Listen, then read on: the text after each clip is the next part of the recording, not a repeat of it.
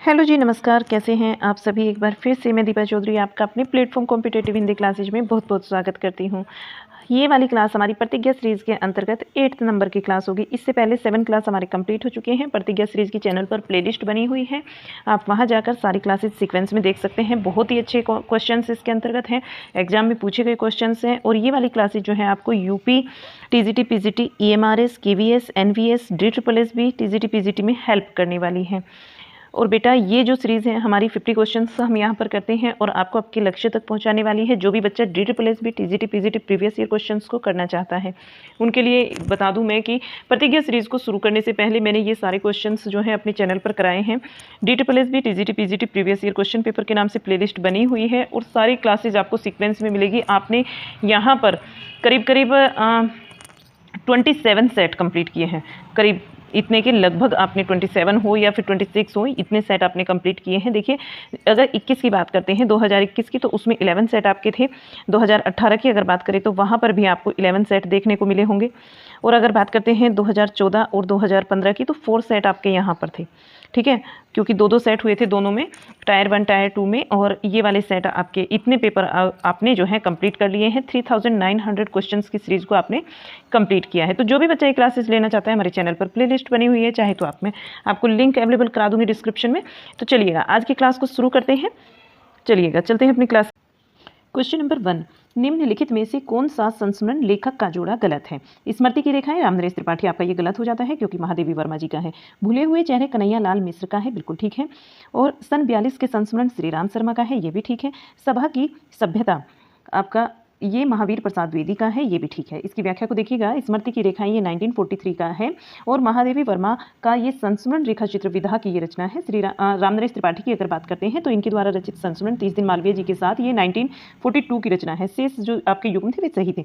रामनरेश त्रिपाठी जी की 4 काव्य कृतियां चर्चित रही हैं। मिलन 1917 की रचना है, पथिक 1920 और मानसी जो है 1927 तथा स्वपन ये 1929 की रचना है। त्रिपाठी जी ने रात रात भर गांव घरों के पिछवाड़े बैठकर सोहर तथा विवाह गीतों का संकलन कविता कौमुदी से किया है। इनका जो विवाह गीतों का और सोहर का इन्होंने संकलन किया है, ये किस में किया है? कविता कौमुदी में किया है, इसको ध्यान में रखेंगे। क्वेश्चन नंबर 2, मेला आंचल उपन्यास का कथा क्षेत्र निम्न में से कौन सा है? कथा क्षेत्र बताना है और राइट आंसर आपका बिहार हो जाता है। यहाँ पर देखिएगा, ये क्वेश्चन कई बार पूछा गया है और बहुत ही ज़्यादा इंपॉर्टेंट क्वेश्चन है। DSSS और यूपी, टीजीटी, पीजीटी में बहुत बार ये क्वेश्चन आया है, तो इसको बहुत ही अच्छे से इसकी व्याख्या को देखते हैं। मेला आंचल उपन्यास जो है ये 1954 ईस्वी का उपन्यास की इसमें कथा बिहार के पूर्णिया जिले के मेरीगंज गांव पर आधारित है। यह फणीश्वर नाथ रेणु का आंचलिक उपन्यास है। रेणु हिंदी के आंचलिक उपन्यास के जन्मदाता के रूप में प्रसिद्ध है और प्रति परिकथा ये 1957 का, दीर्घ तपा जो है ये 1963 का, जुलूस 1965 ईस्वी तथा पलटू बाबू रोड ये 1979 ईस्वी रेणु के अन्य प्रसिद्ध उपन्यास हैं। बात करते हैं करबला की। क्वेश्चन नंबर 3, करबला नाटक किसके द्वारा लिखा गया है? करबला नाटक का बताना है आपको किसके द्वारा लिखा गया है? प्रेमचंद जी के द्वारा लिखा गया है। और आप खुद भी बताएंगे कि आपने कितने क्वेश्चन ठीक किए हैं, तो मुझे कमेंट बॉक्स में लिखकर जरूर बताना।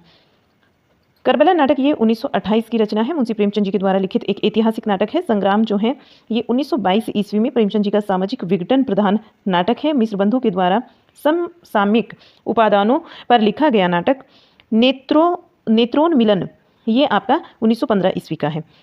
4 नंबर की बात करते हैं। आगे की शरणदाता कहानी किससे संबंधित है? आगे की शरणदाता कहानी बताना है किससे संबंधित है? ये विभाजन की विभीषिका। राइट आंसर जो आपका होगा यहाँ पर विभाजन की विभीषिका हो जाएगा। और अब चलते हैं इसकी व्याख्या की तरफ। इसकी जो व्याख्या है इसको देख लीजिए। आगे की जो शरणदाता कहानी है ये विभाजन की विभीषिका से जुड़ी हुई कहानी है। फिक्कुद्दीन और आपका देविंदर लाल कहानी के मुख्य पात्र हैं। आगे प्रेमचंद उत्तर का युग के कहानीकार हैं। विपथगा इनकी 1973 ईस्वी की, परंपरा 1940 ईस्वी और कोठरी की बात ये 1945 ईस्वी। शरणदाता जो शरणार्थी कहानी है ये शरणार्थी 1948 ईस्वी की, जयदोल 1951 ईस्वी आदि इनके प्रमुख कहानी संग्रह हैं। क्वेश्चन नंबर 5, परीक्षा गुरु के नायक का नाम क्या है? परीक्षा गुरु के नायक का नाम बताना है और मदन मोहन जो है यहाँ राइट आंसर बनता है। परीक्षा गुरु के नायक का नाम मदन मोहन है। आगे चलिएगा, परीक्षा गुरु 1882 ईस्वी का उपन्यास है और इसके नायक का नाम मदन मोहन है। इसके जो लेखक हैं लाला श्री निवास दास हैं। आचार्य रामचंद्र शुक्ल परीक्षा गुरु को अंग्रेजी के ढंग का हिंदी का पहला उपन्यास मानते हैं। यह उपन्यास 41 छोटे छोटे प्रकरणों में विभक्त है और पूरा उपन्यास नीतिपरक तथा उपदेशात्मक है। नेक्स्ट क्वेश्चन, क्वेश्चन नंबर 6, निम्न में से कौन सी कहानी प्रेमचंद जी की नहीं है। कौन सी कहानी है जो प्रेमचंद जी की नहीं है, बताना है। इसका राइट आंसर जो होगा आपका पुरस्कार कहानी हो जाएगा। पुरस्कार कहानी किसकी है? ये जयशंकर प्रसाद जी की कहानी है।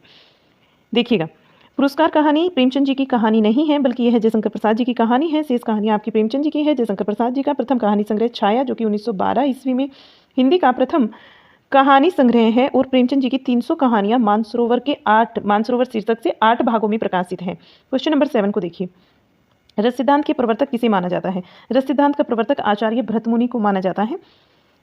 रस सिद्धांत के प्रवर्तक आचार्य भरतमुनि हैं, और इनको संस्कृत काव्य शास्त्र का प्रथम आचार्य माना जाता है। भरतमुनि ने नाट्य शास्त्र की रचना की। इसमें 36 अध्याय हैं, और भरतमुनि के रस सिद्धांत के प्रथम व्याख्याता आचार्य भट्टलोलट हैं।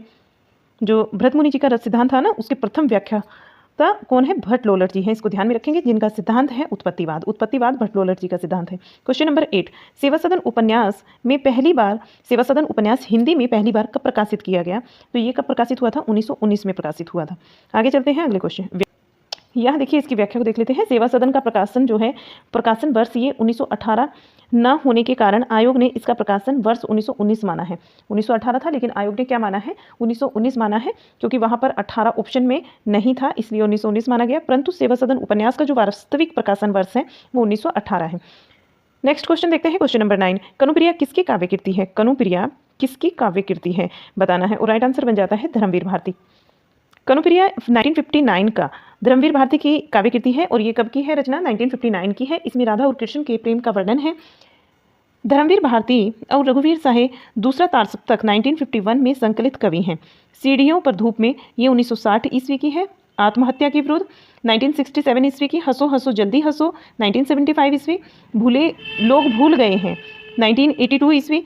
कुछ पते कुछ चिट्ठियाँ 1989 रघुवीर साहे के काव्य संग्रह हैं। ये क्या है? रघुवीर साहे जी के काव्य संग्रह हैं। Next question number 10, Sunanda Jainendra की किस कहानी की पात्र है?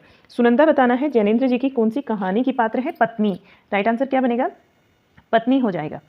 व्याख्या देखिएगा, जैनेन्द्र की कहानी पत्नी की पात्र सुनंदा है। सर्वप्रथम हिंदी साहित्य में व्यक्ति को महत्व जैनेन्द्र की कहानियों के माध्यम से मिला है, और जैनेन्द्र की प्रथम कहानी खेल 1928 ईस्वी की है। विशाल की बात करें, विशाल भारत में ये प्रकाशित हुई थी। विशाल भारत में क्या हुआ था?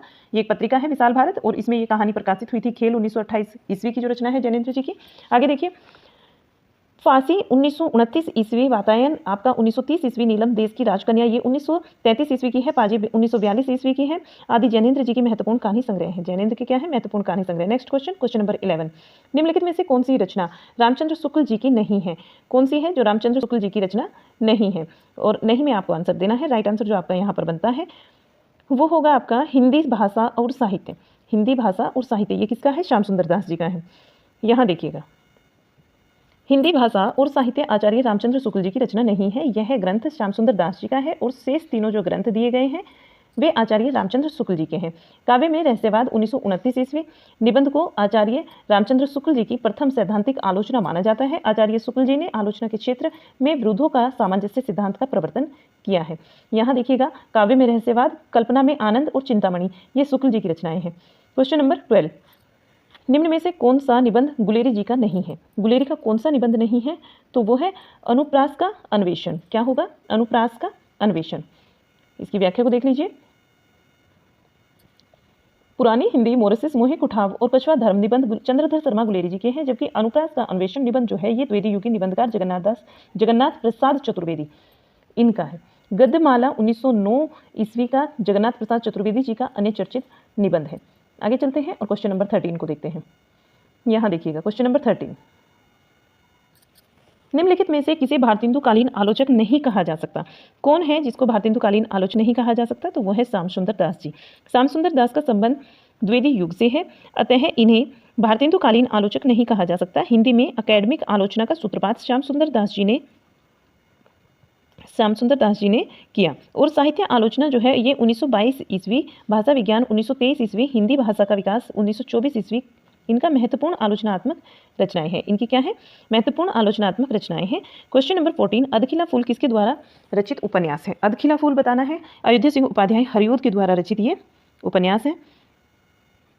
अधखिला फूल 1907 ईस्वी की रचना है, और अयोध्या सिंह उपाध्याय हरिओद जी के द्वारा रचित उपन्यास है। ठेठ हिंदी का ठाठ ये 1899 ईस्वी की है। इनका अन्य महत्वपूर्ण उपन्यास है इनके उपन्यास ठेठ हिंदी का ठाठ और मुहावरों का पाठ्य पुस्तक भी कहा जाता है। देवकीनंदन खत्री को हिंदी में तिलस्मी अय्यारी उपन्यासों का प्रवर्तक माना जाता है। चंद्रकांता ये 1888 ईस्वी का चर्चित उपन्यास है। क्वेश्चन नंबर 15, निम्नलिखित में से जो आंचलिक उपन्यास है, आंचलिक उपन्यास की कौन सी विशेषता नहीं है? निम्न में से आंचलिक उपन्यास की कौन सी विशेषता नहीं है? तो यहाँ पर जो स्वाधीनता आंदोलन का चित्रण है ये इसकी विशेषता नहीं है। स्वाधीनता आंदोलन का चित्रण इसकी विशेषता नहीं है। बाकी जो तीनों बस्ती हैं आपकी इसकी विशेषताएं हैं, जैसे कि आंचलिक लोक जीवन एवं रीति रिवाजों का चित्रण, आंचलिक जीवन का चित्रण और आंचलिक भाषा का प्रयोग, ये तीनों ही इसकी विशेषताएं हैं। बट स्वाधीनता का आंदोलन आंदोलन का चित्रण, स्वाधीनता आंदोलन का चित्रण इसकी विशेषता नहीं है। आंचलिक उपन्यासों की कथा वस्तु एक अंचल विशेष पर केंद्रित होती है और स्वाधीन आंदोलन का चित्रण का संबंध आंचलिक उपन्यासों से नहीं है, जबकि आंचलिक जनजीवन भाषा रीति रिवाजों का आंचलिक उपन्यास के केंद्र में रखा जाता है। इनको कहाँ रखा जाता है? रिवाजों के आंचलिक उपन्यासों के केंद्र में रखा जाता है। क्वेश्चन नंबर 16, आवारा मसीहा के लेखक का नाम बताना है। विष्णु प्रभाकर हो जाएगा। आवारा मसीहा के लेखक का नाम विष्णु प्रभाकर। इसकी व्याख्या को देखिएगा। आवारा मसीहा 1974 ईस्वी में बंगाल के सुप्रसिद्ध उपन्यासकार शरद चंद्र चट्टोपाध्याय की जीवनी है और इसके लेखक विष्णु प्रभाकर जी हैं। हिंदी के प्रथम जीवनीकार गोपाल शर्मा शास्त्री माने जाते हैं। जो प्रथम जीवनीकार माने जाते हैं हिंदी के, वे माने जाते हैं गोपाल शर्मा शास्त्री। मुंशी प्रेमचंद जी की जीवनी प्रेमचंद घर में 1944 की है और ये शिवरानी देवी ने लिखी थी। कलम का सिपाही 1962 की है, अमृत राय ने लिखी। कलम का मजदूर की अगर बात करें ये 1964 की है, ये मदन गोपाल ने लिखी है। ये प्रेमचंद जी के जीवन पर लिखी गई है। आगे चलते हैं। क्वेश्चन नंबर 17, सबसे बड़ा आदमी किसके द्वारा लिखित एकांकी है? सबसे बड़ा आदमी जो है ये भगवती चरण वर्मा जी के द्वारा लिखित एकांकी है। सबसे बड़ा आदमी एकांकी भगवती चरण वर्मा के द्वारा लिखित है। मैं और केवल मैं तथा दो कलाकार इनकी अन्य एकांकियां हैं। उपेंद्र नाथ अस्क महत्वपूर्ण एकांकीकार हैं और इनकी जो महत्वपूर्ण एकांकियां हैं वो इस प्रकार से है: जोंक, आपस का समझौता, अंधी गली, लक्ष्मी का स्वागत, खिड़की आदि। रामकुमार वर्मा के रेशमी टाई एकांकी संग्रह से एकांकी के चतुर्थ चरण का सूत्रपात हुआ है। 80 नंबर क्वेश्चन, आचार्य हजारी प्रसाद द्विवेदी उच्च कोटि के समीक्षक थे और साथ ही उन्होंने एक उत्तम उपन्यास भी लिखा। उसका क्या नाम है? उसका नाम है बाणभट्ट की आत्मकथा। आचार्य हजारी प्रसाद द्विवेदी जी एक ऐतिहासिक सांस्कृतिक चेतना संपन्न मानवतावादी आलोचक हैं। बाणभट्ट की आत्मकथा ये 1946 ईस्वी का प्रसिद्ध ऐतिहासिक उपन्यास है। इसकी कथा प्राचीन कवि बाणभट्ट और हर्षकालीन समाज पर केंद्रित है। बाणभट्ट, भट्टिनी और निपुणिका इस उपन्यास के प्रमुख पात्र हैं। चारुचंद्र लेख ये 1963 ईस्वी का, पुनर्रवा 1973 ईस्वी का तथा अनाम दास का पोथा 1976 ईस्वी का इनकी अन्य औपन्यासिक कृतियां हैं। क्वेश्चन नंबर 19, जयशंकर प्रसाद की मधुआ कहानी किसके बारे में है? मधुआ कहानी बताना है जयशंकर प्रसाद जी की, ये किसके बारे में है? ठीक है, तो राइट आंसर इसका क्या होगा यहाँ पर? इसका हो जाएगा शराबी के हृदय परिवर्तन के बारे में। किसके? शराबी के हृदय परिवर्तन के बारे में। तो इसकी व्याख्या को भी देख लीजिए। जयशंकर प्रसाद की कहानी मधुआ एक शराबी बालक मधुआ पर केंद्रित है। इस कहानी में शराबी बालक के हृदय परिवर्तन को दिखाया गया है और प्रसाद जी का प्रथम कहानी संग्रह छाया 1912 ईस्वी का है। हिंदी का प्रथम कहानी संग्रह है पत्थर की पुकार, सालवती, गुंडा, पुरस्कार, छोटा जादूगर प्रसाद जी की अन्य चर्चित कहानियां हैं। प्रसाद जी की क्या है? अन्य चर्चित कहानियां हैं। क्वेश्चन नंबर 20, प्रसाद को छायावाद का जनक किस आलोचक ने माना है? किसने माना है प्रसाद जी को छायावाद का जनक? तो इन्होंने माना है इलाचंद्र जोशी ने। और इसकी व्याख्या देखिएगा। जयशंकर प्रसाद को छायावाद का प्रवर्तक इलाचंद्र जोशी ने माना है। आचार्य रामचंद्र शुक्ल, मैत्रेय शरण गुप्त और मुकुंदर पांडे को छायावाद का प्रवर्तक माना है। छायावाद के प्रमुख 4 स्तंभों में जयशंकर प्रसाद, सुमित्रा नंदन पंत, सूर्यकांत त्रिपाठी, निराला और महादेवी वर्मा आती हैं। नेक्स्ट चलते हैं क्वेश्चन नंबर 21 पर। आगे हमारा क्वेश्चन नंबर 21, यहाँ देखिए, प्रसाद जी की कामायनी में पात्र और प्रतीकों के निम्नलिखित जोड़ों में से कौन सा जोड़ा गलत है? तो गलत का आंसर हमें देना है कि गलत क्या है। गलत क्या है यहाँ पर देखिएगा। श्रद्धा हृदय का प्रतीक, ये बिल्कुल ठीक बात है। इड़ा बुद्धि का प्रतीक, ये भी ठीक है। मनु मन का प्रतीक, ये भी आपका ठीक है। बचता क्या है आपका? वृषभ आनंद का प्रतीक, ये आपका गलत हो जाता है। ठीक है, क्योंकि यहाँ पर वृषभ जो है वो आनंद का प्रतीक नहीं है, वो बैल का प्रतीक है। आगे देखिएगा, प्रसाद की कामायनी 1935 की पात्र और प्रतीक निम्न प्रकार से हैं। पात्र और प्रतीक देख लीजिए यहाँ पर। मनु मन का प्रतीक है, श्रद्धा जो है वो हृदय का प्रतीक है, इड़ा बुद्धि का प्रतीक है, कुमार जो है वो मानव का प्रतीक है, वृषभ ये बैल का प्रतीक है। आगे चलते हैं क्वेश्चन नंबर 22, निम्न में से कौन सी रचना रत्नाकर की नहीं है? कौन सी रचना है जो रत्नाकर जी की नहीं है? तो वो है सुंदरी तिलक। सुंदरी तिलक ये रत्नाकर जी की रचना नहीं है। सुंदरी तिलक रत्नाकर की रचना नहीं है, बल्कि ये किसकी है? गणानंद की कविताओं का संकलन है, जिसे भारतेंदु हरिश्चंद्र ने संकलित किया है। जगन्नाथ दास रत्नाकर द्विवेदी युग के रचनाकार हैं और गंगा अवतरण ये 1927 ईस्वी की रचना है। उद्धव शतक की बात करें तो 1929 ईस्वी की है। हिंडोला ये 1894 ईस्वी का है। वीराष्टक आदि रत्नाकर जी की काव्य कृतियां हैं। क्वेश्चन नंबर 23, राहुल सांकरतायन ने हिंदी का प्रथम कवि किसे माना है? राहुल सांकरतायन की बात हो रही है और सभी जानते हैं कि इन्होंने सरहापा जी को हिंदी का प्रथम कवि स्वीकार किया है। राहुल सांकरतायन जी ने हिंदी का प्रथम कवि सरहापा को स्वीकार किया है। इन्होंने सरहापा का समय 769 ईस्वी स्थिर किया है और सिद्धों में सबसे पुरानी सरहापाद हैं। इन्हें सरोज वज्र, राहुल भद्र आदि नामों से भी जाना जाता है। ये सारे नाम सरहापा जी के ही हैं। आचार्य हजारी प्रसाद द्विवेदी जी हिंदी का प्रथम कवि अब्दुल रहमान को मानते हैं। संदेश रासक अब्दुल रहमान का पहला धर्मेत्तर रास ग्रंथ है। Next question, question number 24, Hindi का सर्वश्रेष्ठ विरह वर्णन, नागमती का विरह वर्णन किस ग्रंथ में संकलित है? तो ये बताना है हमें। पद्मावत में संकलित है। राइट आंसर आपका जो हो जाएगा यहाँ पर पद्मावत हो जाएगा। आप मुझे जरूर बताएंगे कि आपने कितने क्वेश्चंस ठीक किए हैं और क्लासेस पर आप कम ध्यान दे रहे हैं। दीपावली हो चुकी है, छुट्टियां खत्म हो गई, तो वापस से आइए, अपनी क्लासेस ज्वाइन कीजिए। काफ़ी सारा आप जो है मटेरियल यहाँ छोड़ रहे हैं, तो ये अच्छी बात नहीं है। ठीक है, चलिएगा वापस से अपनी तैयारी में लग जाइए, क्योंकि एग्जाम की डेट कब आ जाएगी आपको पता भी नहीं चलेगा। यहाँ आपका राइट आंसर पद्मावत हो जाता है। और चैनल पर नए हैं, अभी तक नहीं सब्सक्राइब किया आपने, तो सब्सक्राइब कर लीजिए इसको। आगे चलते हैं, देखिएगा यहाँ देखिए, नागमती का विरह वर्णन हिंदी साहित्य की अनुपम कृति है और पद्मावत ये 1940 ईस्वी में संकलित है। पद्मावत सूफी काव्य जायसी की कृति है। इसमें 57 खंड है। आचार्य शुक्ल के अनुसार पद्मावत की जो कथा है, कथा का पूर्वार्ध कल्पित तथा उत्तरार्ध, आगे देखिएगा, ऐतिहासिक है। अखरावट, आखिरी कलाम, चित्ररेखा, कहानावत जायसी की रचनाएं हैं। मृगावती 1501 ईस्वी की रचना है। कुतुबन की अवधी भाषा की कृति है। कुतुबन की अवधी भाषा की कृति है कौन? मृगावती। ठीक है, मृगावती की जो रचना हुई थी वो 1501 में हुई थी तथा मधुमालती ये 1545 ईस्वी की रचना है, मंझन जी के द्वारा रचित है। क्वेश्चन नंबर देखिएगा 25, किस रस की अभिव्यक्ति सूरदास संसार के सर्वश्रेष्ठ कवियों में गिने जाते हैं? किस रस की अभिव्यक्ति में सूरदास जी संसार के सर्वश्रेष्ठ कवियों में गिने जाते हैं? तो वो रस है हमारा वात्सल्य रस। इसको भी आप सब जानते हैं, जरूर बताने हैं आपको कि आपके कितने क्वेश्चन यहाँ पर सही हुए हैं। वात्सल्य रस की अभिव्यक्ति में सूरदास संसार के सर्वश्रेष्ठ कवियों में गिने जाते हैं। आचार्य रामचंद्र शुक्ल जी ने लिखा है कि वात्सल्य और श्रृंगार रस के क्षेत्र का जितना अधिक उद्घाटन सूर ने अपनी बंद आंखों से किया है, उतना किसी अन्य कवि ने नहीं किया, और इन क्षेत्रों का तो वे कोना कोना झांक आए। ये कथन किसका है? शुक्ल जी का है। सूरदास वल्लभाचार्य जी के शिष्य थे और अष्टछाप के कवियों में शामिल थे। क्वेश्चन नंबर 26, बाघ नामक प्रसिद्ध कविता किसने लिखी है? बाघ नामक प्रसिद्ध कविता बताना है किसने लिखी है, और राइट आंसर जो आपका बनेगा यहाँ पर केदारनाथ सिंह हो जाएगा। केदारनाथ सिंह, इसकी व्याख्या देखिए। केदारनाथ सिंह तीसरा सप्तक का प्रकाशन होता है 1959 में। इनके संकलित कवि हैं तीसरा सप्तक के। बाघ नामक प्रसिद्ध कविता इन्हीं की है और इनके कुछ महत्वपूर्ण काव्य संग्रह हैं। अभी जमीन पक रही है, यहाँ से देखो, अकाल में सारस, ये किसके हैं? केदारनाथ सिंह जी के हैं। नागार्जुन प्रमुख प्रगतिशील कवि हैं और इनका मूल नाम वैद्यनाथ मिश्र था। ये यात्री उपनाम से क्या करते थे? संस्कृत तथा मैथिली में कविताएं लिखते थे। नेक्स्ट क्वेश्चन 27 नंबर देखिएगा। किरण तुम क्यों बिखरी हो आज, किरण तुम क्यों बिखरी हो आज, रगी हो तुम किसके अनुराग, स्वर्ण सर्जित किंक जलक समान, उड़ती हो परमाणु पराग, किसकी पंक्तियां हैं? ये पंक्तियां बताना है किसकी हैं, और आपका जो राइट आंसर हो जाता है जयशंकर प्रसाद। ये जयशंकर प्रसाद जी के द्वारा लिखित पंक्तियां हैं।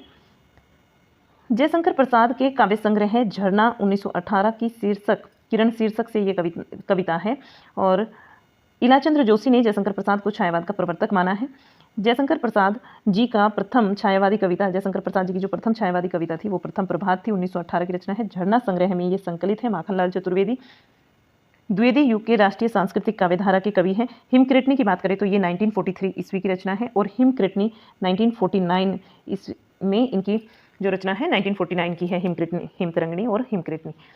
यह एक भारतीय आत्मा के नाम से भी जाने जाते हैं, माखनलाल चतुर्वेदी। क्वेश्चन नंबर 28, निम्नलिखित में से कौन सा कवि और आचार्य दोनों के रूप में प्रतिष्ठित है? बताना है कौन है जो कवि और आचार्य दोनों के रूप में प्रतिष्ठित है, तो वे है केशवदास जी। और इसकी व्याख्या को देखिएगा तो आपको समझ आ जाएगा कि क्या और कैसे। केशवदास आचार्य और कवि दोनों के रूप में प्रतिष्ठित थे। इनका जन्म 1555 ईस्वी में बुंदेलखंड के ओरछा नामक नगर में हुआ था। केशवदास निम्बार्क संप्रदाय में दीक्षित थे। आचार्य विश्वनाथ प्रसाद मिश्र, डॉक्टर नगेंद्र गणपति चंद्र गुप्त केशवदास को हिंदी में रीतिकाल का प्रवर्तक मानते हैं, जबकि आचार्य रामचंद्र शुक्ल चिंतामणि त्रिपाठी को रीतिकाल का प्रवर्तक मानते हैं। रामचंद्र शुक्ल जी केशवदास को अलंकारवादी कवि मानते हैं। कैसा कवि मानते हैं? अलंकारवादी कवि मानते हैं। ये कविताएं करते थे तो कवि तो थे ही, लेकिन ये कैसे कवि थे? अलंकारवादी कवि। ठीक है, और इसीलिए ये आचार्य कहे जाते थे। क्वेश्चन नंबर 29, किस कवि के आश्रयदाता महाराज शिवाजी तथा छत्रसाल बुंदेला है? कौन से कवि हैं जिनके आश्रयदाता महाराज शिवाजी तथा छत्रसाल बुंदेला है? तो वे हैं भूषण। रीतिबद्ध काव्यधारा के कवि भूषण महाराज शिवाजी तथा छत्रसाल बुंदेला के राजाश्रित कवि हैं। महाराज छत्रसाल ने भूषण की पालकी को कंधा लगाया था, जिस पर भूषण ने कहा शिवा को बखानो कि बखानो छत्रसाल को। आचार्य शुक्ल जी ने भूषण के संदर्भ में लिखा है कि वे हिंदू जाति के प्रतिनिधि कवि हैं और शिवराज भूषण, शिवा बावनी, छत्रसाल दशक जो है भूषण जी की प्रमुख रचनाएं हैं। क्वेश्चन नंबर 30, हिंदी विश्व की कितनी भाषाओं में से एक है? हिंदी विश्व की कितनी भाषाओं में से एक है? तो राइट आंसर जो बनता है 6000 भाषाओं में से एक है। दुनिया के अनुमान के मुताबिक 6800 के करीब भाषाएं हैं, जिनमें से हिंदी भी एक है। विकल्प में 6000 ऑप्शन है तो हम 6000 लगाएंगे, लगभग में 6000 ही आता है वहाँ पर। क्वेश्चन नंबर 31, निम्न विकल्पों में से कौन सा विकल्प अष्टछाप के कवियों से संबंधित सही विकल्प है? अष्टछाप के कवियों से संबंधित सही विकल्प क्या है? कि वे कृष्ण भक्त थे। ये आपका सही हो जाएगा।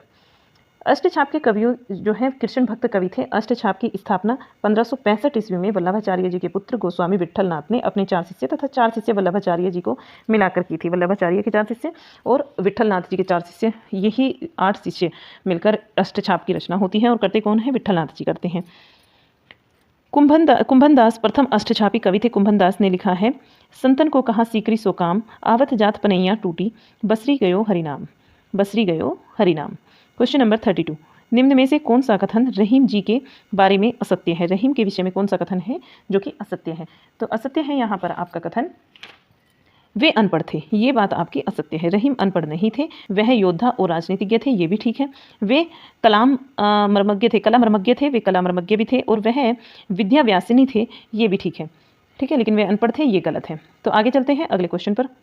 देखिए यहाँ पहले इसकी व्याख्या देख लीजिए। रहीम अनपढ़ थे, ये कथन आपका असत्य है। रहीम दास जी का मूल नाम जो है अब्दुल रहीम खान खाना था, कई बार पूछा गया है। और रहीम दास विद्वान व्यक्ति थे, वे अनपढ़ नहीं थे। इनका ब्रवी नायिका भेद अवधी भाषा में लिखा नायिका भेद का ग्रंथ है। दोहावली, नगर शोभा, श्रृंगार सोरठा तथा मदनाष्टक इनकी अन्य महत्वपूर्ण रचनाएं हैं।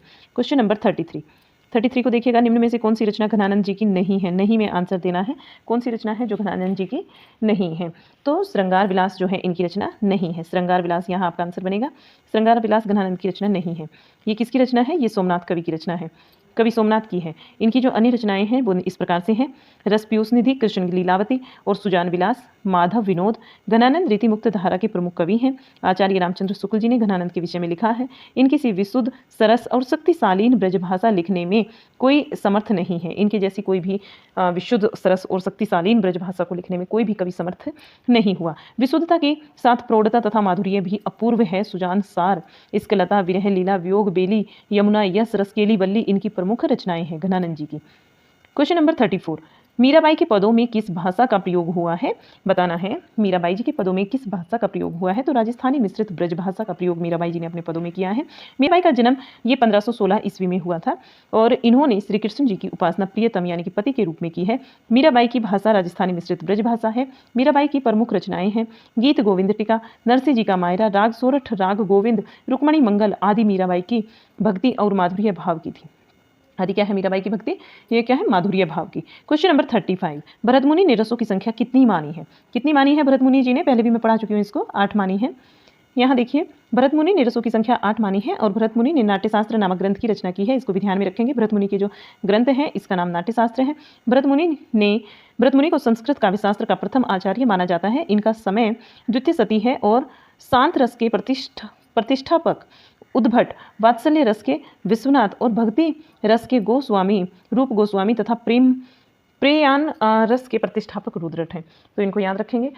फिर से देख लीजिए, शांत रस के प्रतिष्ठापक माने जाए तो उद्भट ने शांत रस दिया था, नोवा रस के रूप में जाना जाता है। वात्सल्य रस की बात करते हैं तो विश्वनाथ हो जाएंगे। आप इसको वैसे भी याद रख सकते हैं, विश्वनाथ जी। वात्सल्य रस, भक्ति रस की बात करते हैं तो भक्ति कौन करते थे? गोस्वामी जी, ठीक है, रूप गोस्वामी लगा देंगे, रूप गोस्वामी भक्ति जो है भक्ति रस के हैं प्रतिष्ठापक। और प्रयाण जो आपका रस है इसके प्रतिष्ठापक हैं रुद्रट। तो आगे चलिएगा, क्वेश्चन नंबर 36। हिंदी भाषा की आदि जननी माना जाता है। हिंदी भाषा की आदि जननी किसको माना जाता है? संस्कृत को माना जाता है। राइट आंसर जो बनेगा संस्कृत हो जाएगा। इसकी व्याख्या को देखिए, हिंदी भाषा की आदि जननी संस्कृत को माना जाता है और संस्कृत पाली प्राकृत अपभ्रंश से होती हुई प्राकृत से होती हुई अपभ्रंश तक पहुंचती है। पहले संस्कृत है, फिर पाली, फिर प्राकृत में कन्वर्ट होती है, फिर अपभ्रंश में, और फिर किसमें? अवहट और हिंदी में हो जाती है। फिर अपभ्रंश से अवहट से गुजरती हुई प्राचीन आरंभिक हिंदी का रूप ले लेती है और हिंदी भाषा के इतिहास का आरंभिक जो आरंभ है वो अपभ्रंश से माना जाता है। हिंदी भाषा के इतिहास का अगर आप बात करते हैं आरंभ की, तो वो किससे? अपभ्रंश से ही माना जाता है। Question number 37। सूर्यकांत त्रिपाठी निराला जी के काव्य के बारे में कौन सा विधान गलत है? तो विधान देखना है आपको कौन सा गलत है, और यहाँ पर देखिएगा, यहाँ देखिए कौन सा विधान गलत है, तो इनमें से आपको आंसर देना है। ये हो जाएगा सदुखड़ी हिंदी का प्रयोग। सदुखड़ी हिंदी का प्रयोग ये आपका गलत हो जाएगा। सूर्यकांत त्रिपाठी निराला ये छायावाद के महत्वपूर्ण कवि हैं और इनकी जो भाषा है वो संस्कृत निष्ठ बोली है। सदुखड़ी हिंदी का प्रयोग इनके विषय में सर्वथा असंगत है। शेष तीनों विधान संगत हैं। और तीनों विधान के अंतर्गत क्या क्या आता है इनको देख लीजिए। आपका ये वाला तो गलत हो जाएगा। स्वर लय की प्रधानता भी इनके विषय में ठीक है। भाषा उजपूर्ण है, ये भी बात ठीक है। और भाषा संस्कृत निष्ठ खड़ी बोली है, ये बात भी बिल्कुल ठीक है। ठीक है, अब यहाँ पर देखिएगा, आचार्य रामचंद्र शुक्ल के अनुसार बहु वस्तु प्रदर्शनी प्रतिभा निराला जी में है।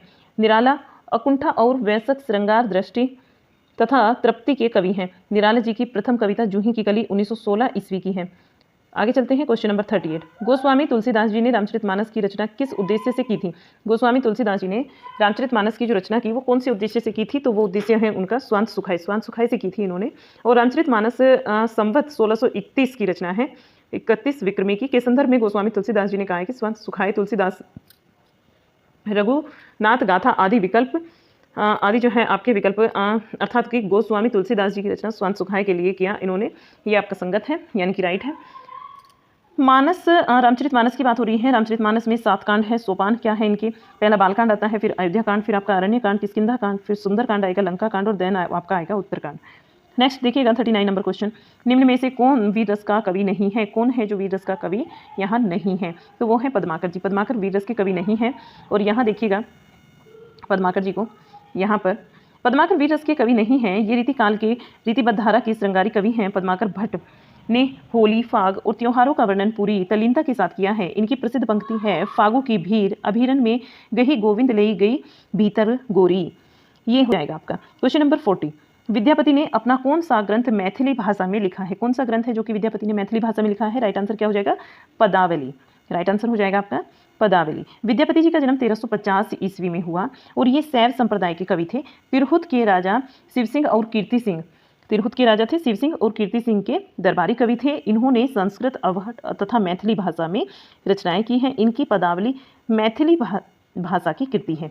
कीर्ति लता, कीर्ति पताका, अवहट की गंगा वाक्यावली, पुरुष परीक्षा संस्कृत की रचनाएं हैं। 41 नंबर क्वेश्चन और 50 क्वेश्चन तक हम यहाँ पर कंप्लीट करने वाले हैं। हिंदी शब्द मूलतः डैश है। हिंदी शब्द बताना है आपको, कैसा शब्द है? हिंदी फारसी शब्द है। हिंदी शब्द मूलतः फारसी शब्द है और हिंदी व्याकरण की दृष्टि से विशेषण है। व्याकरण की दृष्टि से हिंदी क्या है? विशेषण है। हिंदू शब्द फारसी है जो कि संस्कृत शब्द सिंधु का फारसी रूपांतरण है और संस्कृत के सिंधु का ईरानी में हिंदू हो गया। हिंदू सिंधु के आसपास के प्रदेश के अर्थ में प्रयुक्त हुआ है। हिंदू शब्द में विशेषण प्रत्यय इक प्रत्यय जोड़ने से हिंदिक शब्द बना है जिसका अर्थ है हिंद का। कालांतर में का लुप्त हो जाने से हिंदी शब्द बना है। ध्यान रखेंगे स्टेप बाय स्टेप इसको। 42 नंबर क्वेश्चन। डैश की भूमिका मौखिक भाषा की आत्मा को शरीर प्रदान करने जैसी है। किसकी भूमिका? मौखिक भाषा की आत्मा को शरीर प्रदान करने जैसी है। तो राइट आंसर बनता है लिपि। लिपि की भूमिका मौखिक भाषा की आत्मा को शरीर प्रदान करने जैसी है। पंडित कामता प्रसाद गुरु लिखित भाषा में मूल ध्वनियों के लिए जो चिन्ह मान लिए गए हैं वे वर्ण कहलाते हैं। वे क्या कहलाते हैं? वर्ण कहलाते हैं। जिस रूप में ये लिखे जाते हैं उसी को हम लिपि कहते हैं। Question number 43। उपभाषा के अंतर्गत हिंदी में कितनी बोलियां आती हैं? उपभाषा के अंतर्गत बताना है हिंदी में कितनी बोलियां आती हैं। तो कितनी आएंगी बोलियां? आपकी राइट आंसर जो आप लगाते हैं वो 17 हो जाएगा। देखिएगा और मैं कई बार बता चुकी हूँ कौन कौन सी आप काउंट भी कर सकते हैं। हिंदी क्षेत्र की समस्त बोलियाँ 5 वर्गों में विभक्त हैं। इन वर्गों को ही उपभाषा कहा जाता है और उपभाषाओं के अंतर्गत ही हिंदी की 17 बोलियाँ आती हैं। कोरवी, हरियाणवी, भोजपुरी, मगही, मैथिली, ब्रजभाषा, बुंदेली, कन्नौजी, मारवाड़ी, जयपुरी, मेवाती, मालवी, कमाऊनी, गढ़वाली, अवधी, बघेली, छत्तीसगढ़ी आदि। 44 नंबर क्वेश्चन, नीचे दिए गए शब्द में प्रयुक्त संधि का सही विकल्प चुनिए। संधि का सही विकल्प चुनना है आपको और पित्र आज्ञा दिया है इन्होंने शब्द पित्र आज्ञा, तो पितृधन आज्ञा होता है इसका। पितृ आज्ञा का सही संधि भेद जो है वो पितृधन आज्ञा होगा, यह यण संधि का उदाहरण है। आगे देखिएगा, अतिधन आवश्यक की बात करें तो अत्यावश्यक हो जाएगा, अनुधन अय की बात करें तो अन्वय हो जाएगा। क्वेश्चन नंबर 45, निम्न विकल्पों में से उस विकल्प का चयन कीजिए जो दिए गए शब्द का विलोम शब्द है। बंधन का बताना है, बंधन का क्या होता है, मुक्ति हो जाएगा, बंधन का मुक्ति। नेक्स्ट चलते हैं और कुछ और आपको यहाँ पर शब्द दिए होंगे, इनको भी देख लीजिए। जैसे कि आपको बंधन का मुक्ति दे दिया और ताजा का बासी हो जाता है, बांधना का खोलना हो जाता है। क्वेश्चन नंबर 46, वर्ण संकेतों की सहायता से भाव विचार की अभिव्यक्ति है। वर्ण संकेतों की सहायता से भाव विचार की अभिव्यक्ति क्या होती है, अभिव्यक्ति लिपि है। यहाँ देखिए लिपि है और ध्वनियों को लिखने के लिए जिन चिन्हों का प्रयोग किया जाता है वह लिपि कहलाती है। क्वेश्चन नंबर 47, देवनागरी लिपि डैश लिखी जाती है। कैसे लिखी जाती है देवनागरी लिपि, ये बताना है आपको, और बाईं से दाईं ओर लिखी जाती है। कैसे लिखी जाती है, बाईं से दाईं ओर, यानी कि आपको लेफ्ट टू राइट लिखी जाती है, ऐसे ही लिखते हैं ना हम। देखिएगा, देवनागरी लिपि बाईं से दाईं ओर लिखी जाती है और देवनागरी लिपि का जो विकास है वो ब्राह्मी लिपि से हुआ है। देवनागरी लिपि के आधुनिक रूप का विकास ये 9वीं शताब्दी में हुआ है। देवनागरी लिपि आरक्षिक है, अक्षरिक है। कैसी है, अक्षरिक है। और क्वेश्चन नंबर 48 को देखिए, मेरठ के पंडित गौरीदत्त ने नागरी प्रचारणी के लिए की गई सेवाओं में से एक पत्रिका नहीं है। कौन सी पत्रिका नहीं है, तो ये हमें बताना है। राइट जो आंसर बनता है आपका 48 नंबर क्वेश्चन में गीतिका। राइट क्या हो जाएगा, गीतिका हो जाएगा। बाकी आपकी गीतावली, देवनागर और देवनागरी प्रचारक ये हैं। इसकी व्याख्या को देखिए, गीतिका पत्रिका पंडित गौरीदत्त की नहीं है। पंडित गौरीदत्त देवनागरी के प्रथम प्रचारक थे और इन्होंने देवनागरी प्रचारक नामक पत्र काशी नगरी प्रचारणी सभा 1893 की स्थापना के पूर्व सन 1892 में प्रकाशित किया। क्वेश्चन नंबर 49, भोजपुरी का मुख्य केंद्र क्या है। भोजपुरी का मुख्य केंद्र बताना है और भोजपुर आपका राइट आंसर हो जाएगा। 2 बार आ गया ये क्वेश्चन, अभी तक हमने जब ये क्वेश्चन की सीरीज की है प्रतिज्ञा सीरीज में 2 बार रिपीट हुआ है और ये क्वेश्चन पूछा गया क्वेश्चन है। ये समझ लीजिए ये वाला क्वेश्चन आपका DSSP का है और 2 बार आ चुका है अब तक। भोजपुरी का मुख्य केंद्र भोजपुर है। यह बिहार का एक छोटा इलाका है और इसके आधार पर इसका नामकरण हुआ है। बिहारी हिंदी के अंतर्गत 3 बोलियां आती हैं, भोजपुरी, मगही और मैथिली। जितने भी क्वेश्चन आप कर रहे हैं ना प्रतिज्ञा सीरीज के अंतर्गत, कोई क्वेश्चन आपका ऐसा नहीं है जो एग्जाम में नहीं आया। सारे के सारे क्वेश्चन एग्जाम के क्वेश्चन है, चाहे वो आपके DSSB के हो, KVS हो, TGT PGT हो, NVS हो, आए हुए क्वेश्चन हैं। चलिए आगे देखते हैं। भारत की ज़्यादातर लिपियाँ किस लिपि से निकली हैं। भारत की जो ज़्यादातर लिपियाँ हैं वो कौन सी लिपि से निकली हैं आपको बताना है और राइट आंसर क्या हो जाएगा आपका यहाँ पर, ब्राह्मी लिपि से निकली हैं। यहाँ देखिएगा, भारत की ज़्यादातर लिपियाँ ब्राह्मी लिपि से निकली हैं। इनका उद्भव जो है वो ब्राह्मी लिपि से हुआ है और प्राचीन भारत में दाएं से बाएं लिखी जाने वाली खरोष्ठी लिपि तथा बाएं से दाएं लिखी जाने वाली ब्राह्मी लिपि का प्रचलन था और इसमें खरोष्ठी लिपि का क्षेत्र जो है वो अत्यंत सीमित क्षेत्र था, पंजाब और कश्मीर था। ठीक है, ध्यान रखेंगे इस चीज़ को। और आज की क्लास हम यहीं पर समाप्त करेंगे। जो भी बच्चा नया है, अभी तक चैनल को सब्सक्राइब नहीं किया, लाइक शेयर नहीं किया है, तो प्लीज़ कर लीजिए चैनल को सब्सक्राइब। क्लास को हमारी लाइक जरूर कीजिएगा, अपने दोस्तों में शेयर कीजिएगा इसको ज़्यादा से ज़्यादा। आपसे हम मिलते हैं एक और नई क्लास में अगले 50 क्वेश्चंस के साथ में। बहुत ही ज़्यादा इंपॉर्टेंट क्वेश्चन है, जो बच्चा रेगुलर पढ़ रहा है उसको समझ आ रहे होंगे कि हाँ कितने ज़्यादा इंपॉर्टेंट क्वेश्चन है। और आप बहुत ही लापरवाही कर रहे हैं क्लास करने में, तो जरूर कीजिएगा अपनी क्लास को। अपने लिए आधे से पौना घंटा आप निकाल सकते हैं, एक क्लास होती है। और देखती हूँ मैं RO की हिंदी की तैयारी भी कराती हूँ। ठीक है, तो चलिएगा, जैसे ही वो वाली क्लास आएगी तो मैं आपको एकदम इन्फॉर्म कर दूँगी। चलिएगा, आपसे मिलते हैं एक और क्लास में, तब तक के लिए बाय बाय।